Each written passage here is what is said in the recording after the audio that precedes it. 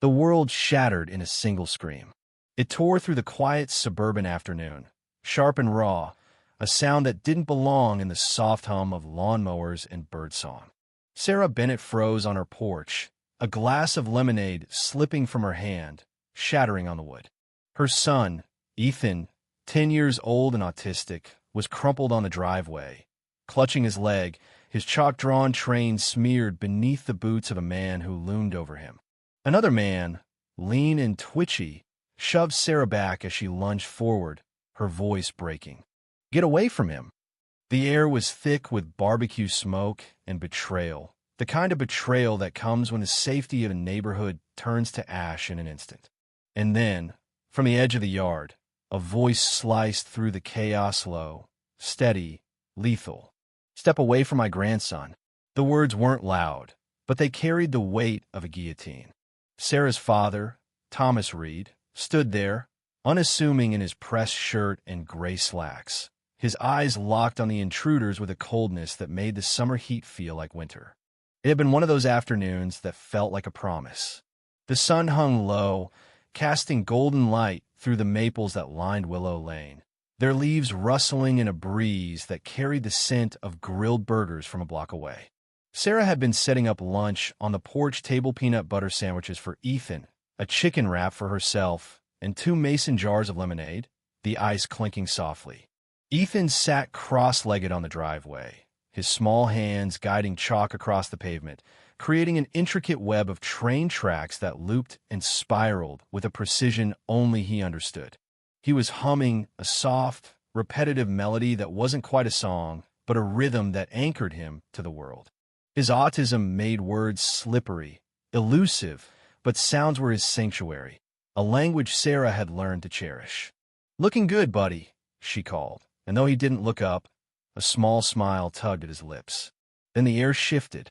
A black SUV, its tinted windows gleaming like the eyes of a predator, rolled onto the street. It didn't glide like the minivans of neighbors. It prowled, stopping at an angle across their driveway, crushing Ethan's chalk drawings under its tires. Sarah's stomach tightened. 2 men stepped out, their dark tactical vests emblazoned with the words HOA Security in bold white letters. No badges, no name tags, just cheap sunglasses and a posture that screamed authority they hadn't earned. The taller one, broad-shouldered with a face flushed from too much sun or too much ego, clutched a clipboard.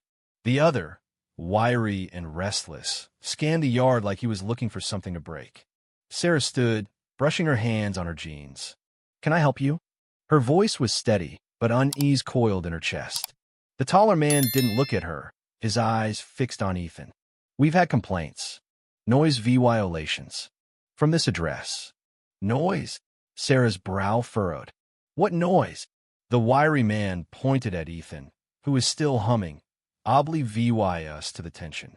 "That." The kid's screaming. Sarah's chest tightened. "He's not screaming. He's autistic. That's stimmying. It helps him stay calm." The taller man snorted, stepping closer to Ethan. "Neighborhood's got rules. He needs to learn to shut up."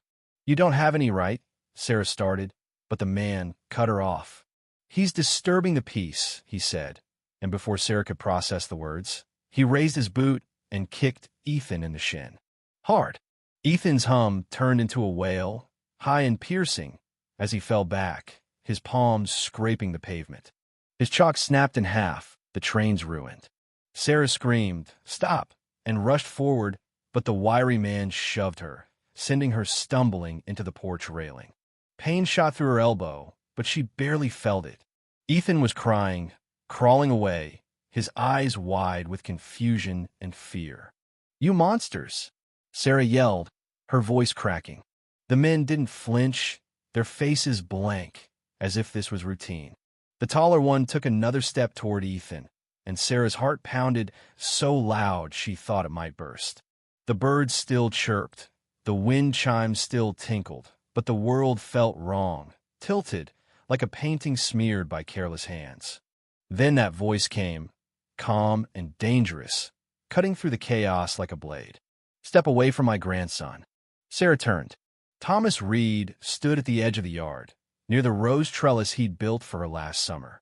He was in his late 60s, not tall, not imposing, but his presence was a force, unyielding, like a stone that had weathered storms no one else could imagine. His collared shirt was tucked in, his slacks creased, his sensible shoes planted firmly on the grass. His arms hung loose at his sides, but those eyes were locked on the men, sharp and unblinking, the kind of eyes that had seen too much to be rattled by two thugs in fake uniforms. The taller man sneered. "This ain't your business, old man." Thomas took a single step forward. "You just assaulted a disabled child," he said, his voice steady, each word deliberate. "And you're wearing vests that scream fraud. Impersonating authority is a crime. Hurting my grandson, another step. That's a mistake you don't walk away from." Sarah's breath caught. Ethan's cries had softened to whimpers. His small body curled against the pavement. The wiry man shifted, uneasy, his hand twitching toward his belt. The taller one, though, wasn't backing down. "You better watch yourself, Grandpa," he said, reaching for something clipped to his vesta baton, maybe or worse. Thomas didn't move. "You've got 3 seconds to back away." The wiry man hesitated, his eyes darting to his partner. But the taller one laughed, a harsh, ugly sound. "You're out of your league, old man. This kid's been a problem for weeks. People want quiet. People." Thomas tilted his head, his voice soft but piercing. "Name them." Silence.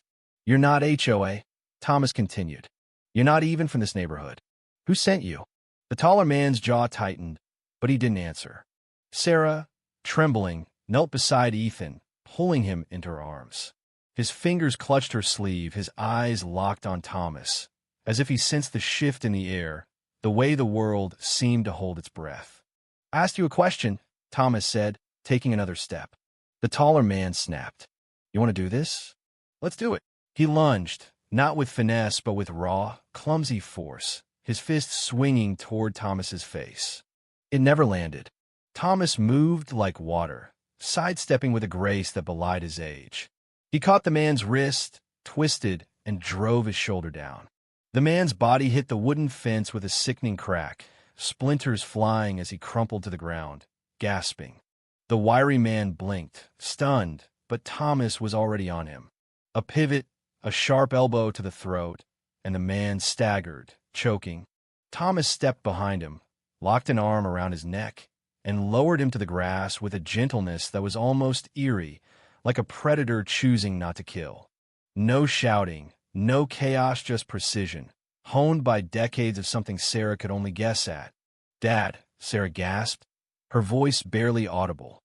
"Check Ethan," Thomas said, his eyes still on the men.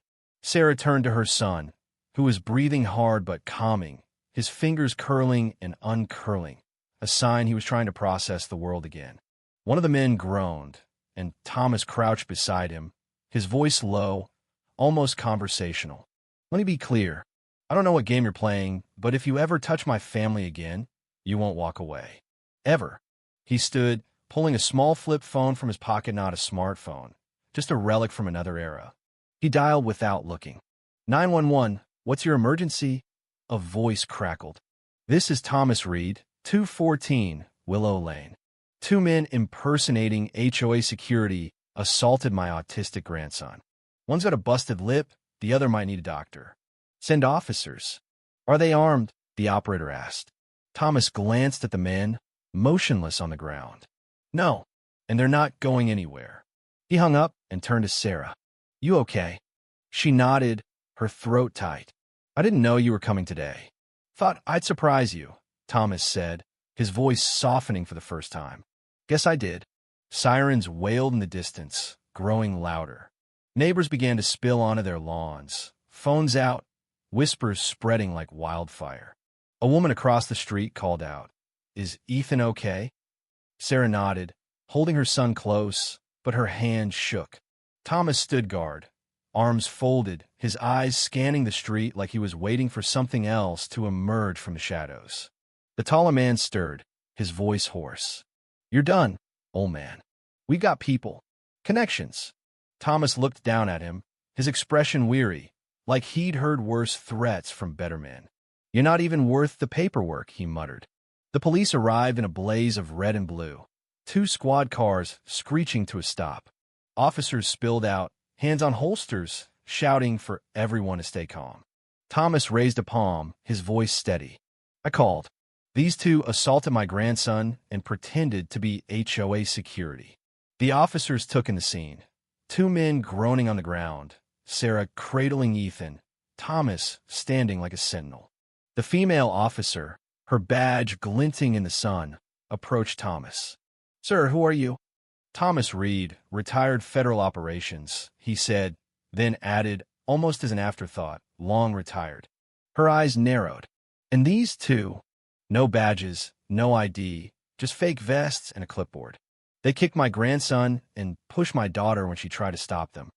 The male officer knelt by the suspects, pulling out two flimsy IDs from their vests. These are a joke, he said, holding one up. Spelled security wrong.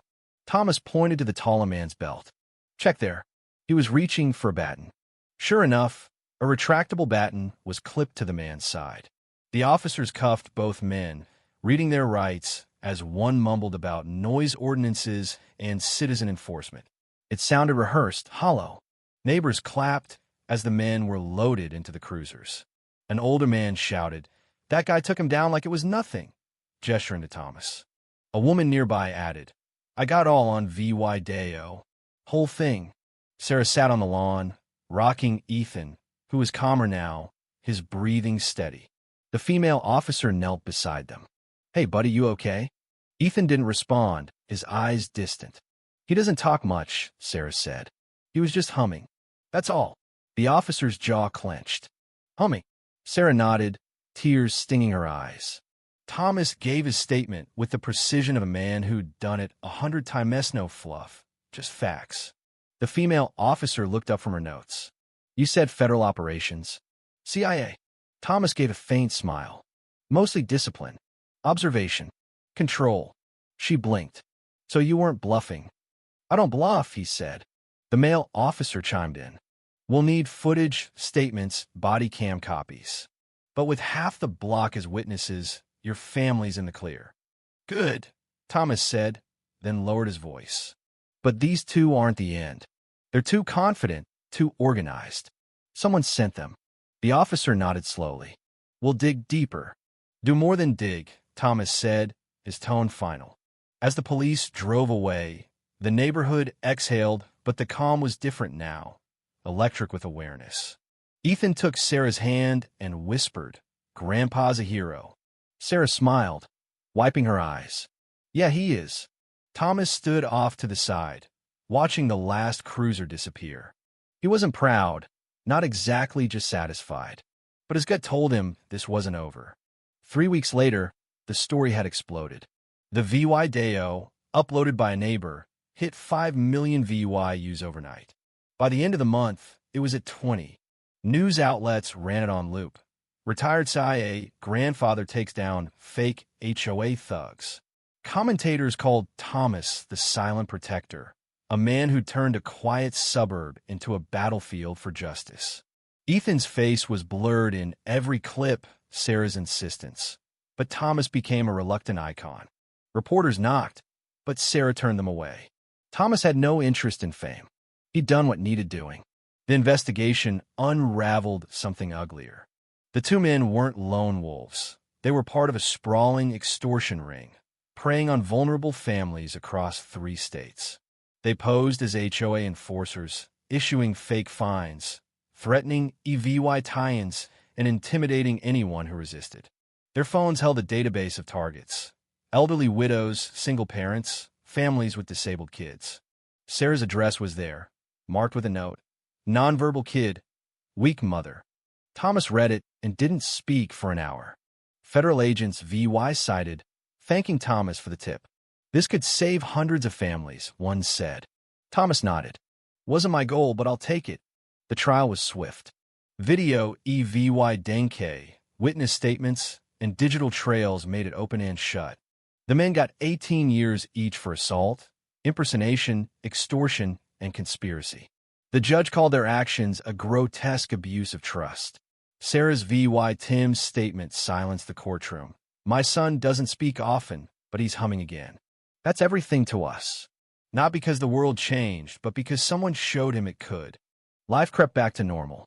Ethan drew trains again, this time on butcher paper in the kitchen. Neighbors stopped by with cookies, toys, or just a wave. The community felt tighter, awake in a way it hadn't been. One day, a city official arrived. "We saw the VY Deo," he said. "We want to do something for Ethan." A month later, workers painted a mural on the sidewalk where Ethan's chalk had been destroyed, a VY brand train with a grinning bear conductor, Ethan's new favorite. A plaque read, "For every child's voice, however it speaks." Inspired by Ethan and Thomas Reed. Sarah cried. Ethan laughed, pointing at the bear. Thomas VY cited every Sunday, bringing coffee and wooden train cars he'd carved. He didn't talk about that day unless asked, but one evening, as the sun sank, Ethan sat beside him on the porch. After a long silence, the boy said, "Thank you, Grandpa." Thomas looked at him, surprised. Ethan didn't meet his eyes, just spun the wheels of a toy train. Thomas rested a hand on his shoulder. "You never have to thank me, kid. I'll always be here." The VY Deo would live online forever, dissected and debated, a symbol of justice in a world that often lacked it. But for Sarah, it wasn't about VY Ralph fame. It was about a boy who found his hum again, and a quiet man who stepped from the shadows to remind the world what family means. If you were the one in this story, how would you react? Would you stand up and fight back, or accept the unreasonable pressure and control from the HOA? Share your thoughts in the comments below. And don't forget to subscribe, like, and share this VY Deo with more people. Your small action gives us the motivation to keep bringing you more intense and engaging stories. Thanks for watching, and we'll see you in the next VY Deo.